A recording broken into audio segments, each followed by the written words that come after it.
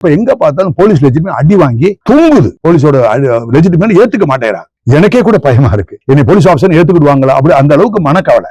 எங்க பார்த்தாலும் ஸ்டேஷன்ல போட்டு அடிக்கிறான் இடிக்கிறான். அப்போ டிஜிபி ஐஜி இவங்க எல்லாம் இருக்கிறாங்களா?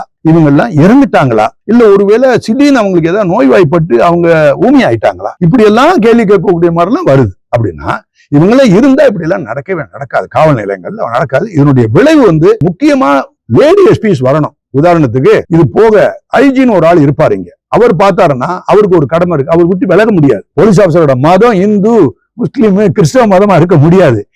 ஏழைகளுக்கு, கிரைமால பாதிக்கப்பட்ட ஏழைகளுக்கு அவங்களுக்கு தொண்டு செய்யறது அவங்களுடைய மதமா அவங்க ஏத்துக்கிடணும் ஒவ்வொரு மாவட்ட எஸ்பியும்.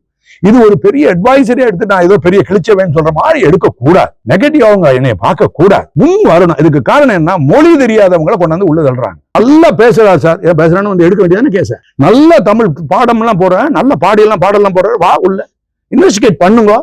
சேலரி கொடுக்கறத வச்சு நான் ஒண்ணு சொல்லல, உன்னுடைய இன்வால்மெண்ட் என்ன? குத்துக்கல் மாதிரி உட்கார முடியாது. கேட்டா சூப்பர்வைசர் ஆஃபீஸர், ஆல் இந்தியா, இது எவ்வளவு நாளைக்கு சொல்லிட்டே இருப்பேன்? எவ்வளவு நாளைக்கு இப்ப கல்லெடுத்து அடிக்க ஆரம்பிச்சிட்டான்.